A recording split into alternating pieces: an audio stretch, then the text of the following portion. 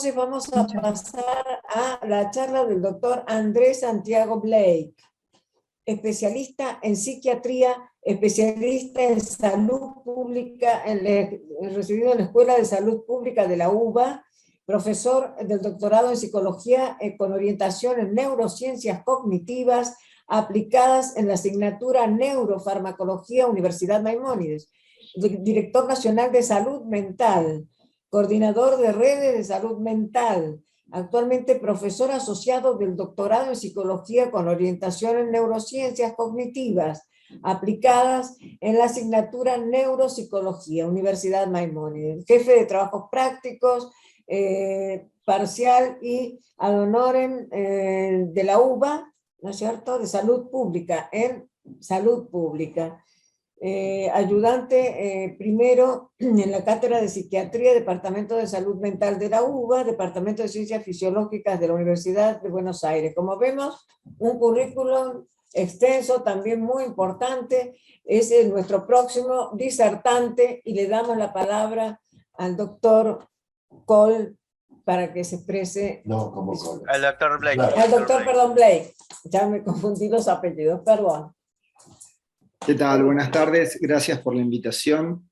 Bueno, voy a empezar por poner la presentación, a ver si la pueden ver, espero que sí. Sí, perfecto. Agradezco por la lectura, no esperaba que fuera tan extensa, ni tenía idea que iba a ser tan extensa la lectura de mi currículum, no era necesario, pero muchas gracias igual. Bueno, acá está en la primera diapositiva el título de la charla, y acá es un resumen de lo que acaban de escuchar. Esa es una foto mía en la prepandemia, y lo que ven al costado es mi cara en la pospandemia. Ya que vamos a hablar de la pospandemia, les muestro el cambio en mí mismo, ¿sí? Bueno, la presentación la armé de manera tal que voy a ponerle ambos aspectos de mi campo del conocimiento. La neurociencia cognitiva, por un lado, la salud mental, y por el otro lado, la salud pública. Van a tener al costado de la presentación imágenes que van a evocar, espero yo, una memoria emotiva de lo que vamos a hablar a lo largo de la presentación. Y lo que vamos a ir hablando paulatinamente son estos tres temas. Unas definiciones respecto a este tema de la resignificación del equipo de salud ante el binomio cuerpo-mente en la post-pandemia, el contexto de este impacto, las respuestas que tienen las personas, el sujeto, la respuesta del equipo de salud y la respuesta del sistema. ¿Cómo ha sido? Esto es toda la descripción de cómo ha sido. Y después algunas herramientas que forzó esta epidemia, esta pandemia, a que acelerara el proceso de transformación. Entonces, estos son los tres lugares de donde voy a hablar. Y el impacto en este sentido ha sido muy intenso. Y por eso esta imagen que tenemos acá, que probablemente sea muy distorsiva a la vista, que vemos muchas cosas y hace alusión a lo que llamamos infodemia, que es el exceso de información que sufrió toda la población y todos los profesionales de salud, con variación en lo que había que hacer y lo que no había que hacer, lo que hay que hacer, lo que sí hay que hacer, lo que más o menos hay que hacer, lo que conviene, lo que no conviene, y la dificultad para tener un lugar adecuado de datos y de certeza para cómo proceder. Esto le pasó a toda la población y le ha pasado además a los profesionales de salud. Entonces, esto ha sido algo muy distorsivo en el conocimiento en general y de la población en particular. Vamos a empezar entonces por algunas definiciones que son muy importantes para ir separando esto. Una cosa es el aislamiento social. El aislamiento social es la calidad y la cantidad de contactos sociales, de red social que tiene la persona. Eso es cuando la calidad y la cantidad es baja, hay aislamiento social. Otra cosa es la soledad. La soledad es un sentimiento, no importa el aislamiento social. Yo puedo tener una alta cantidad y alta calidad de contactos, pero yo me puedo sentir solo. Son dos cosas, dos conceptos distintos. Uno es un sentimiento, la otra es cuantitativo y cualitativo de la red. Y otra cosa es la vulnerabilidad social, que eso hace a las circunstancias que afectan directamente a la salud, que tienen que ver con el estatus socioeconómico, tienen que ver con las relaciones sí, sociales, los apoyos, que no, eso ya no son relaciones, sino que son apoyos en sí mismos, el nivel educativo y las condiciones de vida que tiene una persona. Esto es muy importante para tenerlo en cuenta porque ahora vamos a ir viendo cómo esto afecta la salud de la población y cómo nos ha afectado a todos.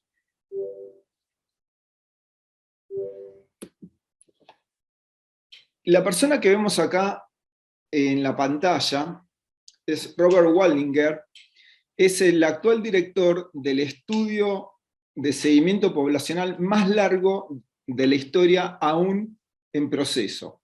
Es el estudio de desarrollo que está haciendo la Facultad de Medicina de la Universidad de Harvard, que empezó en la década del 40.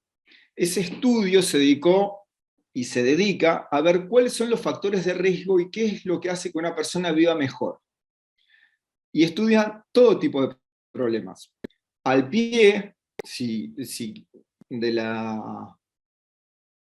la diapo ustedes pueden ver que está la página de este estudio, porque es un estudio que constantemente está publicando. Acá le puse una serie de papers que ustedes pueden observar, que son los últimos que han puesto, que son de las revisiones de estos últimos años.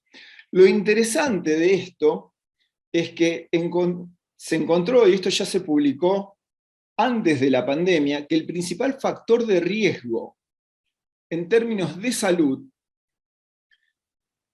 no es un factor de riesgo biológico, sino es el social. Una baja red social aumentan los procesos de deterioro biológico. Las personas tienen más propensión a tener deterioro cognitivo, infartos, enfermedades oncológicas, enfermedades pulmonares, si tienen una baja red social y una baja sociabilización. Esto es un seguimiento que ha hecho este estudio, pero hay otros estudios también que los avalan, que no son tan largos como este. Este estudio ya va por la segunda generación, están incorporando ya gente de la tercera generación. Es un estudio que sigue de manera constante población de Massachusetts, de distintos niveles socioeconómicos, y van haciéndole toda una serie de preguntas y evaluaciones en cuanto a condiciones de vida y en cuanto a condiciones de salud. Les hacen chequeos cotidianos, les hacen mediciones. Bueno, es muy exhaustivo, es muy interesante entrar a la página porque ahí uno empieza a ver una serie de cosas y cómo fue cambiando los criterios, cómo apareció el colesterol, cómo fue variando la cantidad de colesterol en sangre como un problema y después fue bajando, eran números altos, después fueron bajando cada vez menos, y ahora, si bien el colesterol es importante tenerlo bajo, la sociabilidad es más preocupante que el colesterol alto.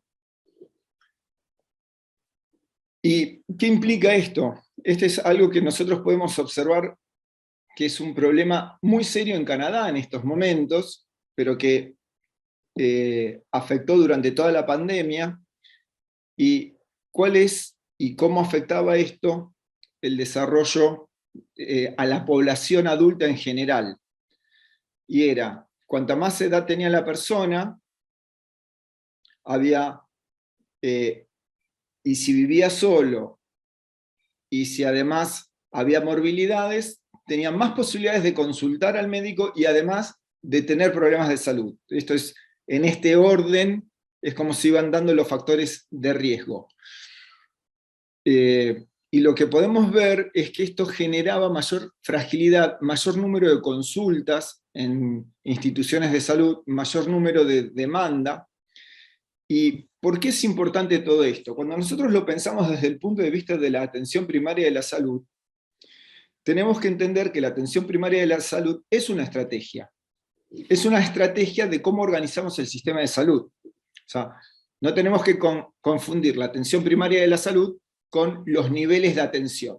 La atención primaria de la salud es una estrategia global donde lo que busca el sistema es resolver la mayor cantidad de problemas posibles en el primer nivel de atención.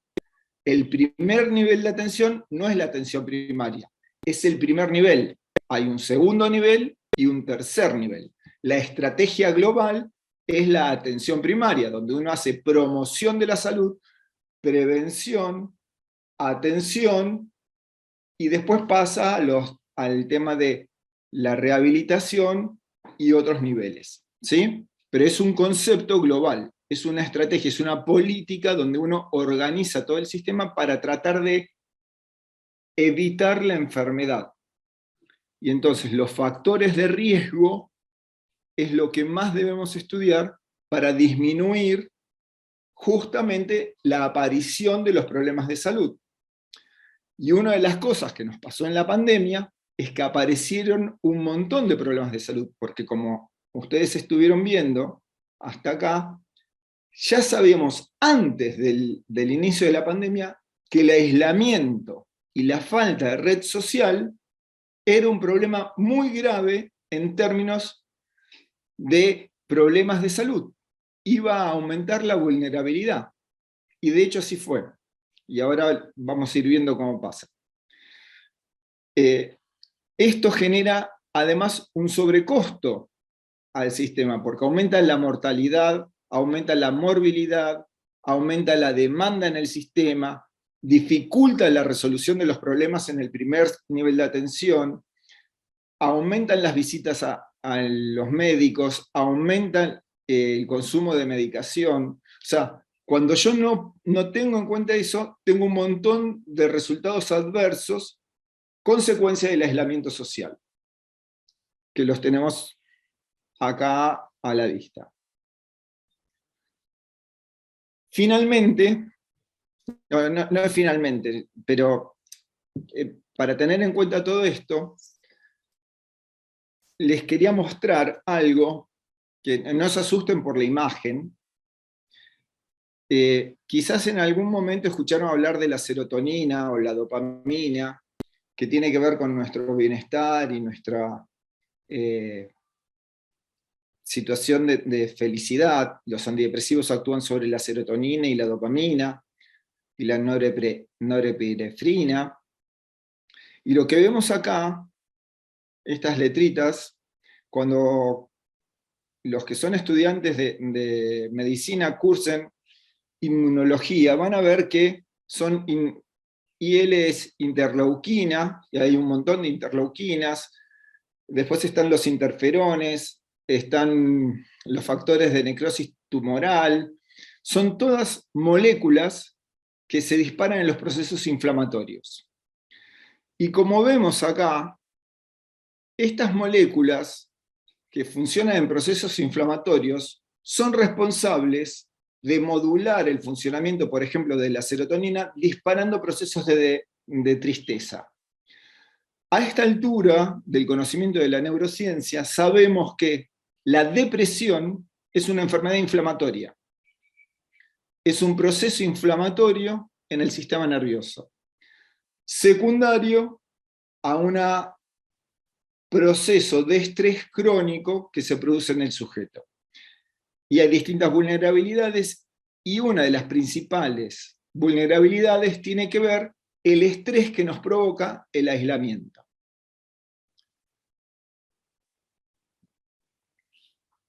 Y ahora vamos a ir a cosas más sencillas de ver. ¿Qué pasó con la pandemia?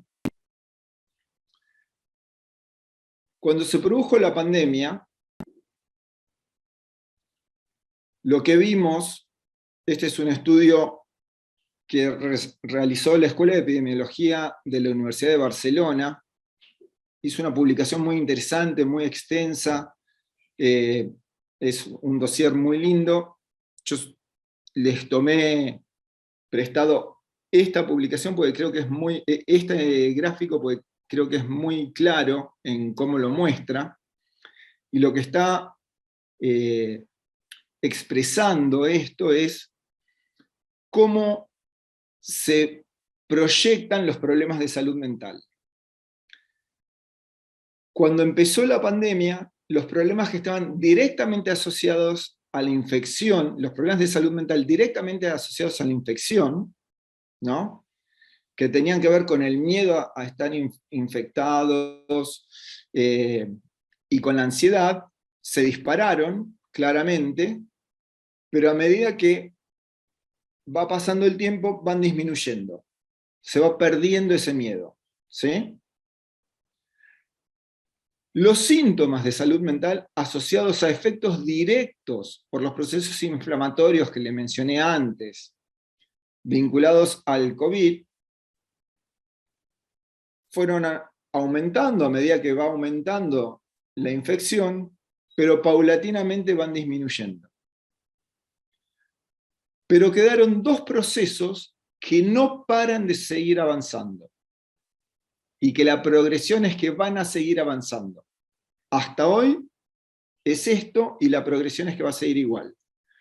Los problemas asociados a situaciones socioeconómicas, ¿no?, esto, y entonces estamos hablando de la vulnerabilidad social, cómo afectó la vulnerabilidad social a la población, y eso afectó la salud mental de la población, y entonces incrementaron los problemas de salud mental de la población, y siguen creciendo, y los problemas asociados a situaciones traumáticas vinculados a la COVID. Familiares que fallecieron, conocidos que fallecieron, haber estado internado por la COVID y haber salido en una situación traumática, ¿no?, haber estado en terapia intensiva grave y después salir, y entonces me queda un trastorno de estrés postraumático. Esos procesos siguen aunque el proceso infeccioso haya desaparecido, estos dos siguen aumentando, y no paran. Y la progresión es que va a seguir así. Y entonces toda la información de vuelta nos viene a la cabeza, ¿no? ¿Qué pasa con todo esto? Viene información, y lo que vemos es que, como nos sigue atormentando la idea, nos cuesta más separarnos de lo que nos pasó, de lo que nos sigue pasando. Tenemos información constantemente que nos sigue bombardeando por todos lados, no sabemos qué información es real, qué información no lo es, nos sigue impactando, se vulneraron nuestros lazos sociales, cambiaron nuestras rutinas sociales, disminuyó nuestro contacto social, y entonces explica parte de cómo siguió esa progresión en lugar de bajar, que hubiera sido lo razonable en función del impacto directo. Entonces, ahora vamos a ver cómo fueron las respuestas del sujeto en esta adaptación, de la persona en esta adaptación. Y en términos generales, y la imagen acá, tenemos un celular con una curita, porque hubo sí o sí que apelar a utilizar tecnología que quizás no estábamos en condiciones. Desde la gente que trabajaba en salud mental, al médico clínico, al infectólogo que hacía la consulta por videollamada, y tenía que improvisar una evaluación clínica solo por anamnesis, o sea, solo por las preguntas, por el interrogatorio, sin tocar al paciente, con protocolos no estandarizados, a ver si daban resultado o no respecto a cómo estoy haciendo el seguimiento del paciente, con muchos pacientes y personas que no eran pacientes que no estaban habituados a usar tanto la tecnología para comunicarse con otras personas, para comunicarse con profesionales de salud, para comunicarse con familiares, para comunicarse con amigos. Tengamos en cuenta que no toda la población es nativo digital. Nativos digital quiere decir todos aquellos que nacieron a partir de los millennials, o sea, a partir del 2000 son nativos digitales. O sea, gente que toda su formación la ha hecho a partir de el conocimiento de la tecnología y mediante esta tecnología usando siempre la información digital. Mientras que nosotros, los más viejos, somos a lo sumo alfabetos, nos hemos alfabetizado en lo digital, pero no somos nativos digitales. No tenemos, nuestro cerebro no tiene la intuición de cómo funciona.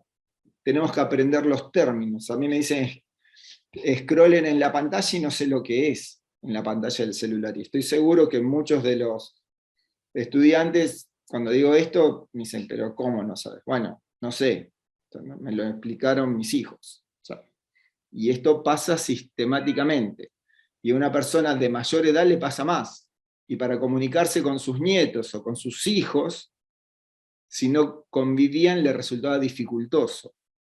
Y entonces teníamos un problema, que era la aceptabilidad de cómo comunicarse. Si lo podían aceptar o no.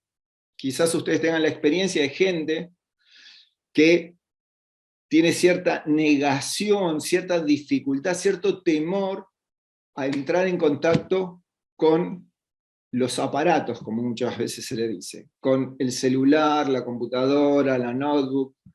Tienen temor a cómo lo están haciendo. Eso lleva a que, además, a una dificultad en el cumplimiento y en la frecuencia de cómo lo tienen que hacer.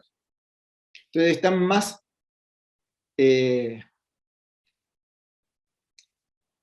propensos a recibir el llamado que a hacer la demanda, a ir a consultar cuando lo necesitan. Y cuando digo consultar no es solo al sistema de salud, sino consultar o llamar al familiar, al amigo, al conocido, para mantener una conversación telefónica, para encontrarse, para charlar. Y entonces se va podando la red social que tienen, porque no mando mensajitos, no llamo, no me conecto. Por otro lado, si el profesional de salud no me llama, yo no me conecto. Entonces, las relaciones cada vez son más espaciadas.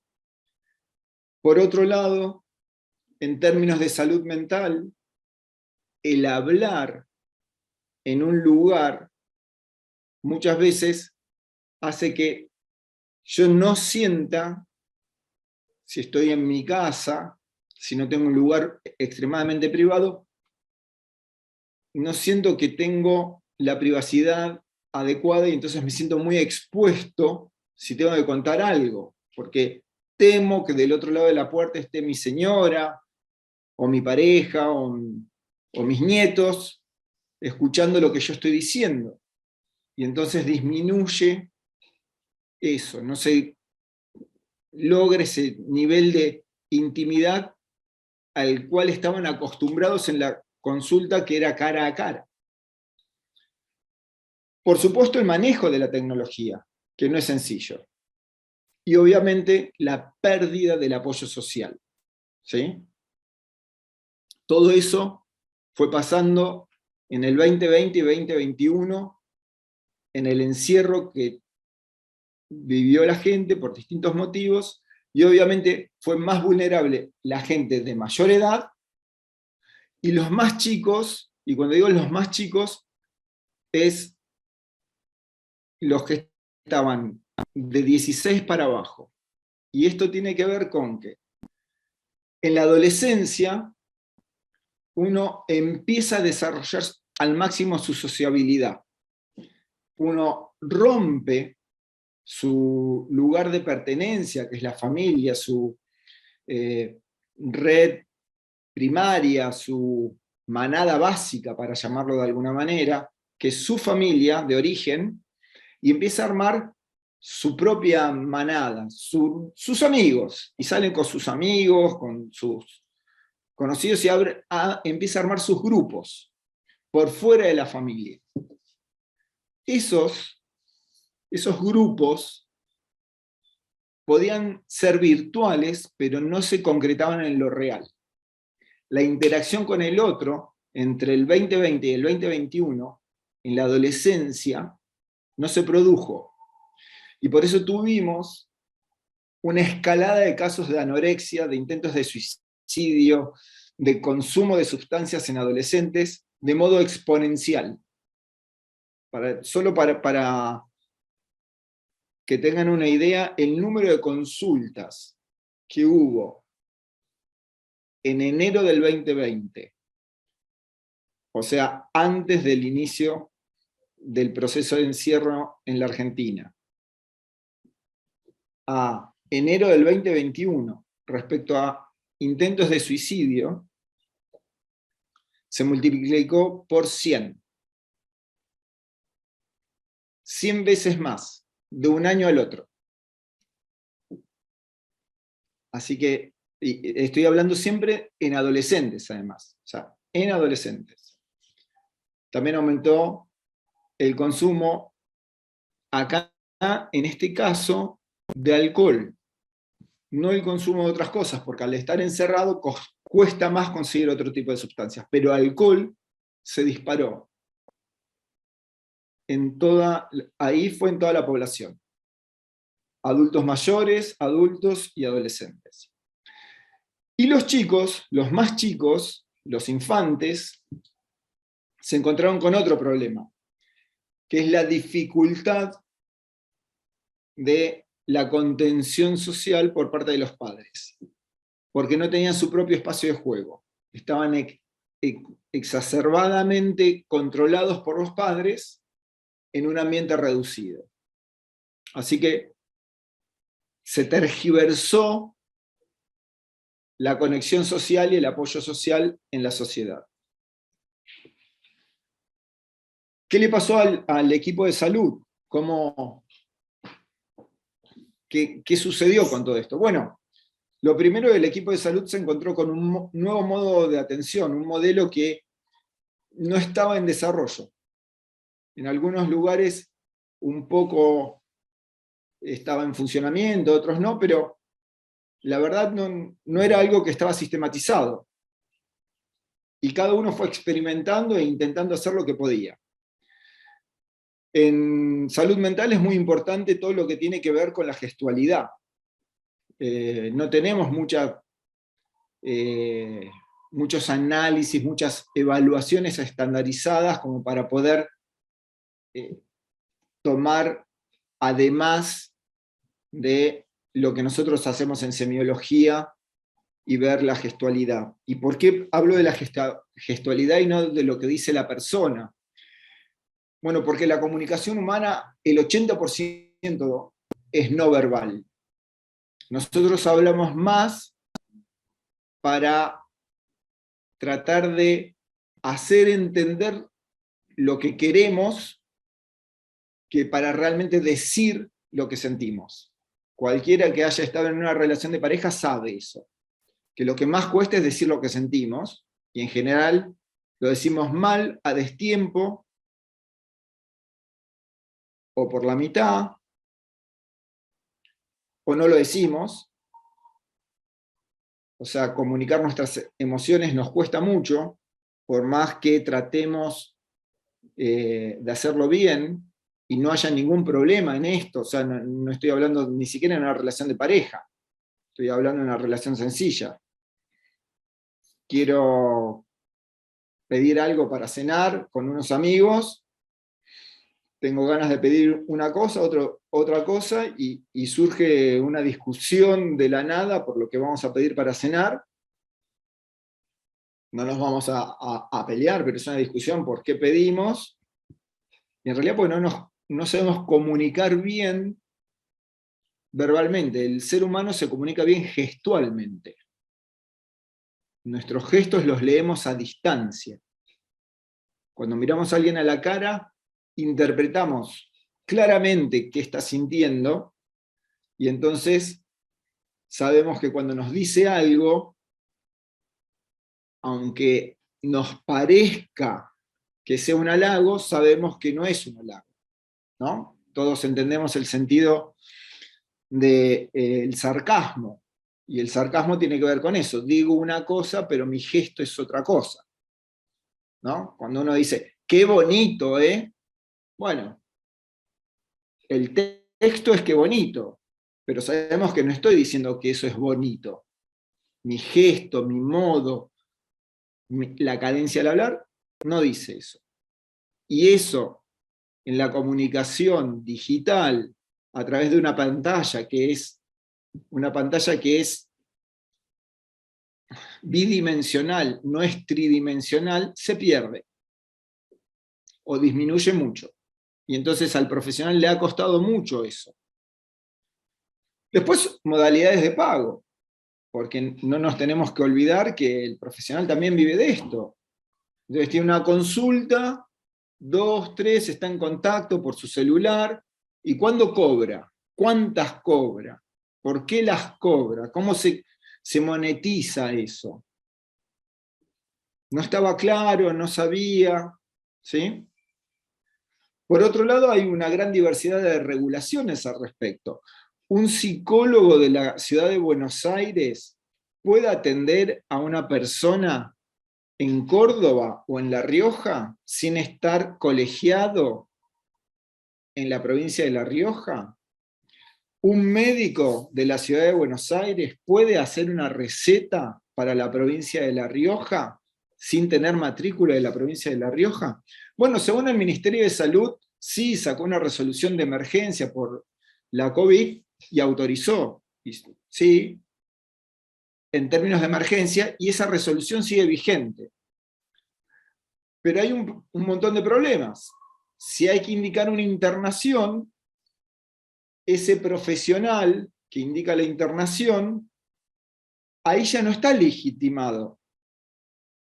Porque está legitimado para algunas cosas muy puntuales, hacer alguna receta, tener una consulta, no para indicar una internación. Porque incluso en salud mental las internaciones tienen que ser evaluaciones multidisciplinares.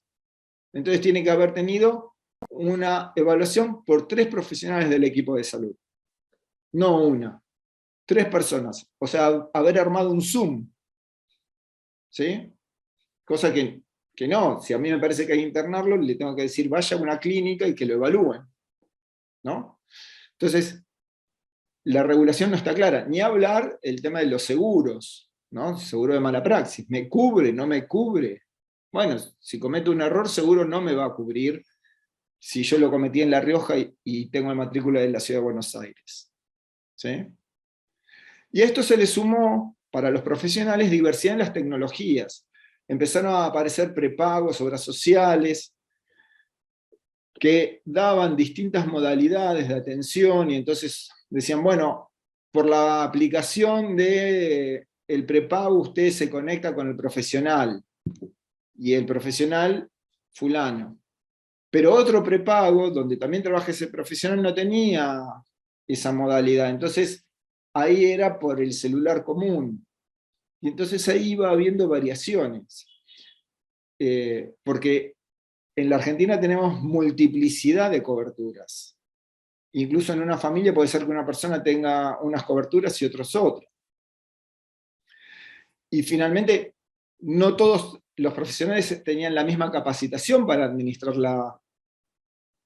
las distintas herramientas tecnológicas.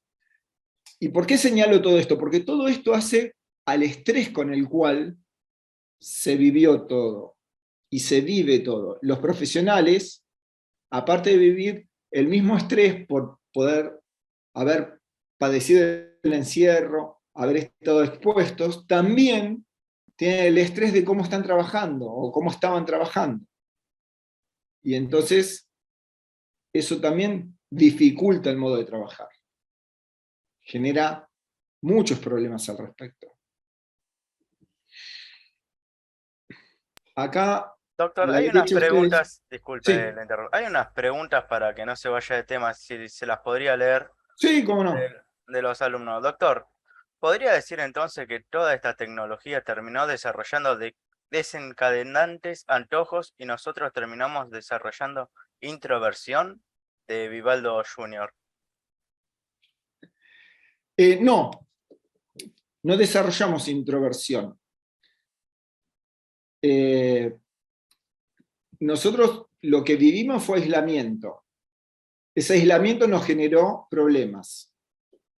Problemas que tienen que ver con el aumento del estrés. Los profesionales tuvieron doble exposición, para decirlo de manera sencilla, el aislamiento y deber trabajar en estas condiciones. La población, el aislamiento, como elementos de estrés. Y la dificultad para la interacción social es falta de entrenamiento. Entrenamiento social que hoy ha perdido, en términos generales, la comunidad adolescente, básicamente. Pero no es que desarrollamos introversión. La introversión es otro concepto que tiene que ver con dificultad para relacionarme con el otro cuando todo está bien. Eso tiene que ver con una... No hay ningún problema, pero a mí me cuesta relacionarme con otro. ¿Sí? Y eso es un problema individual, no es un problema colectivo. Luana decía, respecto a la pandemia y lo que está exponiendo en la charla, tuvimos en mi familia mucha suerte de no contagiarnos del COVID. Nos costó no poder vernos entre nosotros, las reuniones y relaciones, sobre todo con mi abuelita que hoy tiene 95 años. Bueno, las relaciones familiares con personas que no tienen acceso a la tecnología sí fue muy difícil.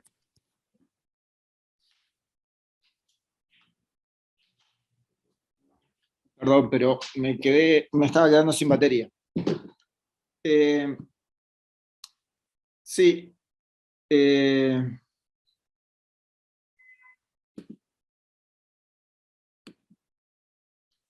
Sí.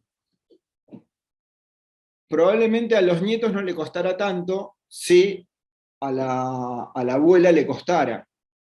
¿Sí?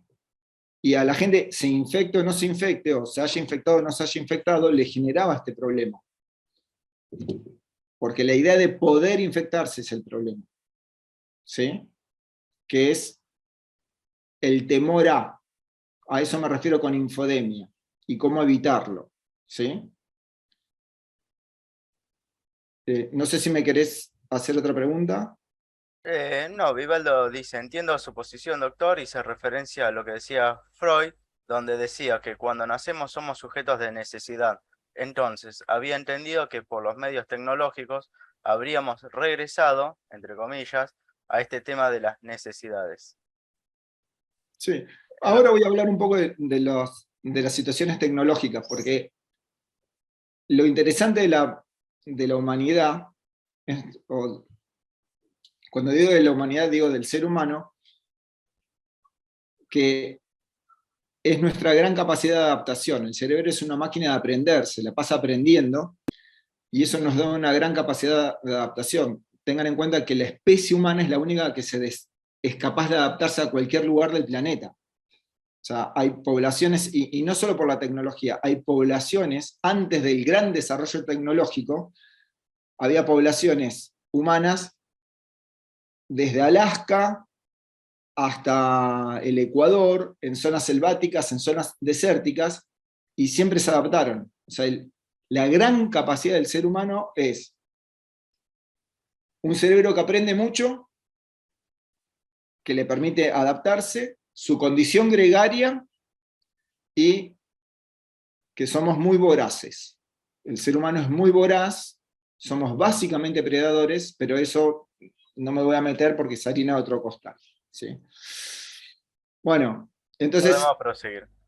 ok, estas son todas dificultades que hacen y que produjeron problemas en cómo funcionaba el sistema de salud mental, porque al haber tanta heterogeneidad, lo que perdimos es en esto de si la atención primaria de la salud es una política, y es una política que lo que tiende es que a todo se resuelva, o el 80% de las cosas se pueda resolver en el primer nivel de atención, y yo tengo una gran heterogeneidad de prestaciones, de regulaciones, de herramientas tecnológicas, también voy a tener mucha dificultad en resolver algunas cosas en el primer nivel, otras no. Voy a tener dificultades para hacer prevención, promoción, porque está en desarrollo todo esto de la tecnología aplicada a la salud, ¿sí? La imagen que está al costado es un transductor que se pone en un celular para poder hacer una ecografía, ¿sí? Que es muy interesante porque cualquier médico, o ni siquiera médico, cualquier técnico que tenga un celular, se baja la aplicación al celular y con el transductor puede recorrer cualquier población y hacer una ecografía, ¿sí? Es muy interesante, eso está. Ahora, eso requiere entrenamiento, requiere tener la tecnología y requiere tener los técnicos que puedan ir y hacerlo.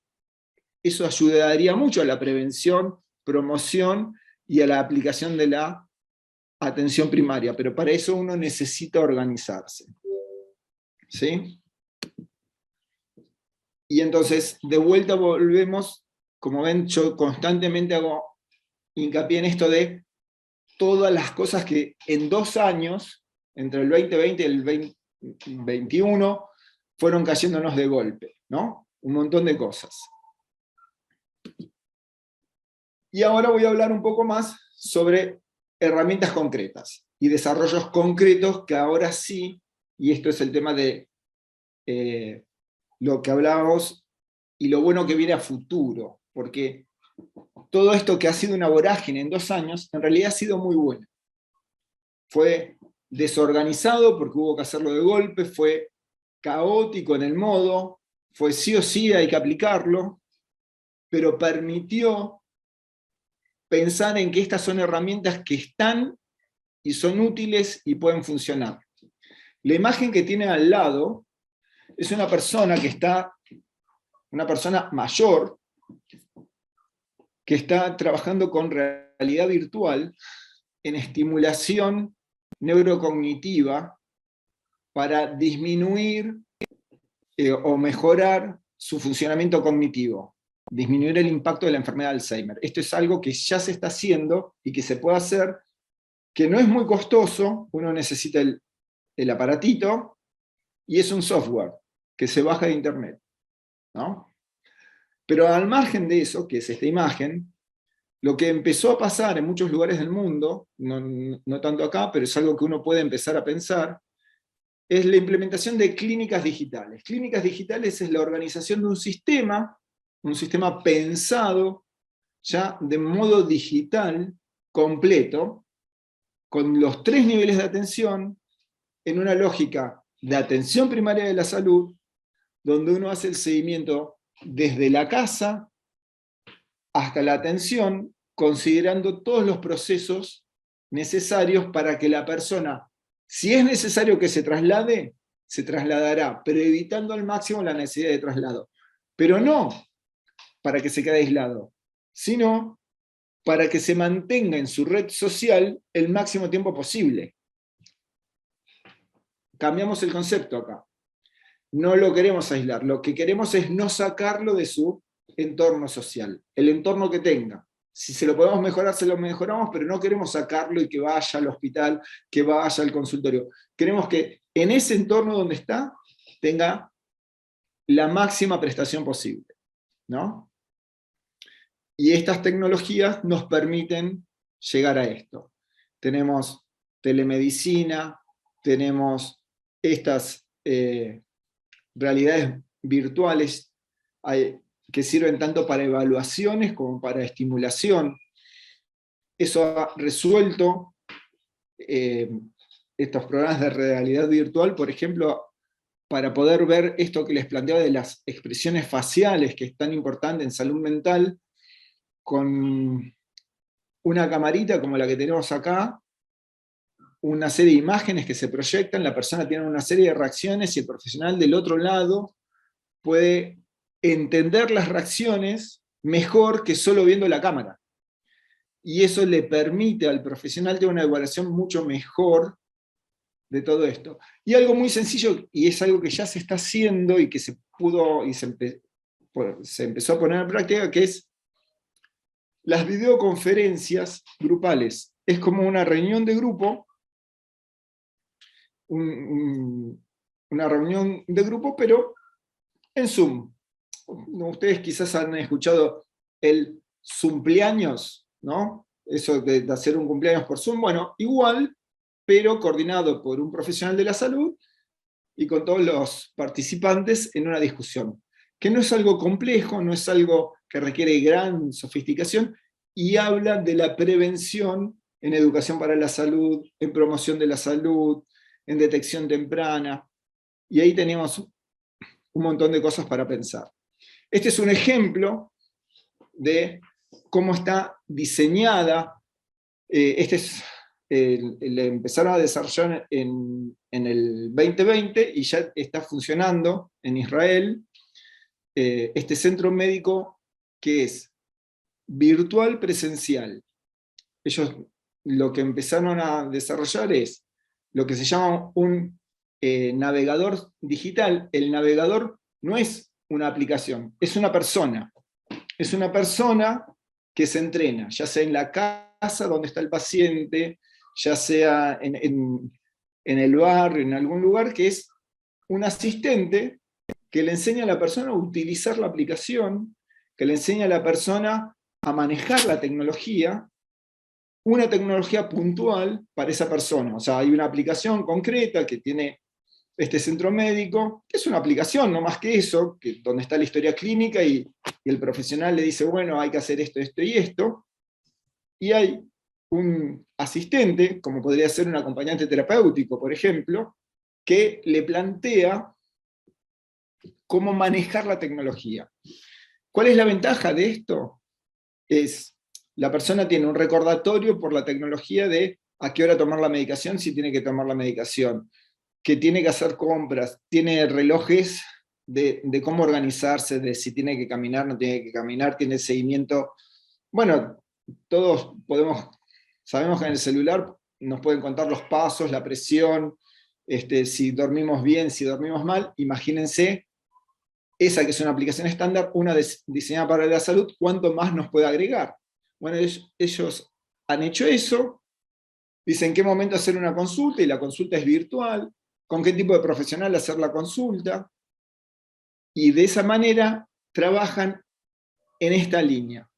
El navegador digital en realidad es una persona, no es una aplicación, y ellos con la aplicación lo que garantizan es la accesibilidad al sistema de salud. O sea, organizaron lo que venía siendo desorganizado a partir de pensar cómo era la dificultad en el acceso a la salud. ¿Sí? En resumen, digamos, para no extenderme por demás, a mí me gusta esta frase de Isaac Asimov, por eso la puse, porque creo que engloba esto. Para tener éxito, la planificación sola es insuficiente. Uno tiene que improvisar. Lo que nos obligó la pandemia es a improvisar mucho con lo que teníamos. Lo que empezamos a ver que las nuevas tecnologías, si las planificamos, con todo lo que hemos improvisado, podemos desarrollar mucho y bien.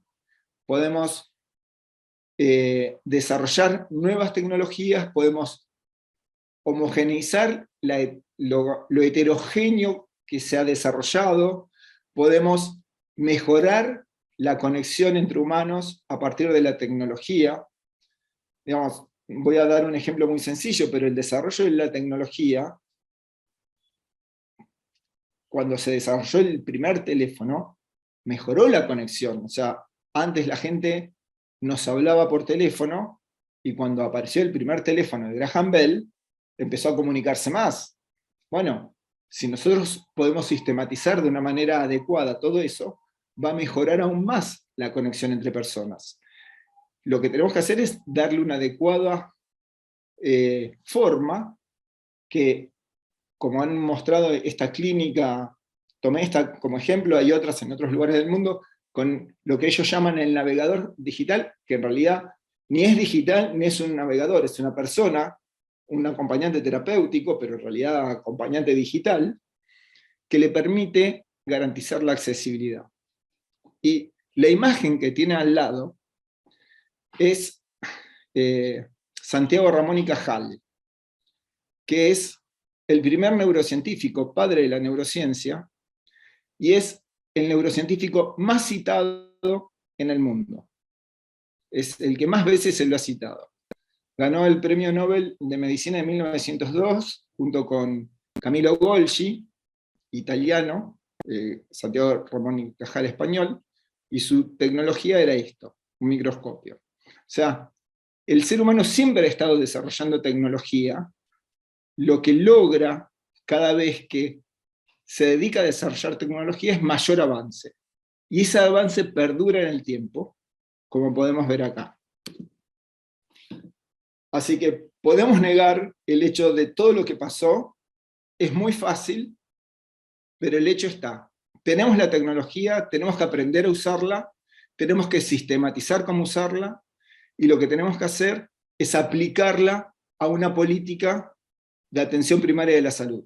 La atención primaria de la salud es una estrategia que nos permite resolver la mayor cantidad de problemas en el primer nivel de atención, y solo los de alta complejidad, mediana y alta complejidad, pasar a los otros niveles. Y por eso pongo esta otra frase de Isaac Asimov: los hechos están, aunque los neguemos. Muchas gracias.